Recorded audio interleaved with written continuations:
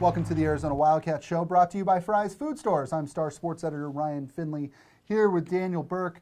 Now, Daniel, my allergies are killing me. One thing you are not allergic to, talking football during the offseason. That's a really bad segue. Well, that's all right. The Arizona Wildcats finished spring ball here last week. Now we've got 3 months of what to the average fan looks like downtime.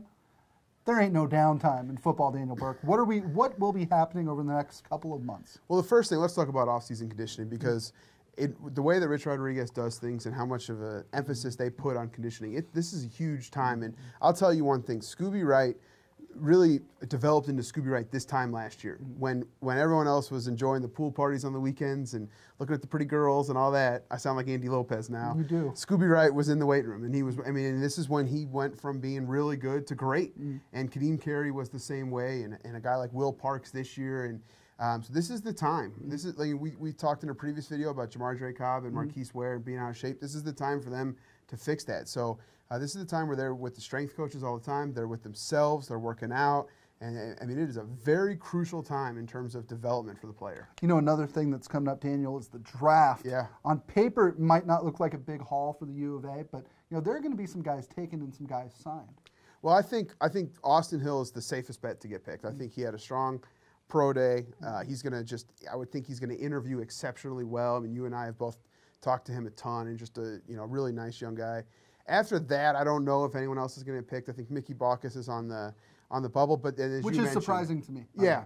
Fabian Zebeli too. Yeah, well, he's not on the bubble. That's shocking to me. Yes. But there'll be a lot of guys that sign, I think, free agent deals, like Fabo, like Tremaine Bondurant, like Jordan Grandin, like Jonathan McKnight, like Dan Pettinato. Jared Tevis might get a chance. So, I think there's a lot of guys, but I think Austin Hill's probably going to be the only one drafted. Okay. What is the third and final thing that we should look forward to this offseason? Well, I think the biggest thing is going to be the continued kind of evolution of understanding the schemes on both offense and defense. And I think on both sides of the ball, they have some leaders who are going to be really good about getting these guys in the film room. And kind of what I've heard in the past is that the commitment to the film room in the offseason might not have been where it should have been, as they kind of weed out the non-OKGs. Now, as they kind of get their breed of guy in there, I would think guys like Will Parks and Anu Solomon and Scooby Wright and Jamar Allah and Freddie Tagaloa are going to have their position groups in the film room.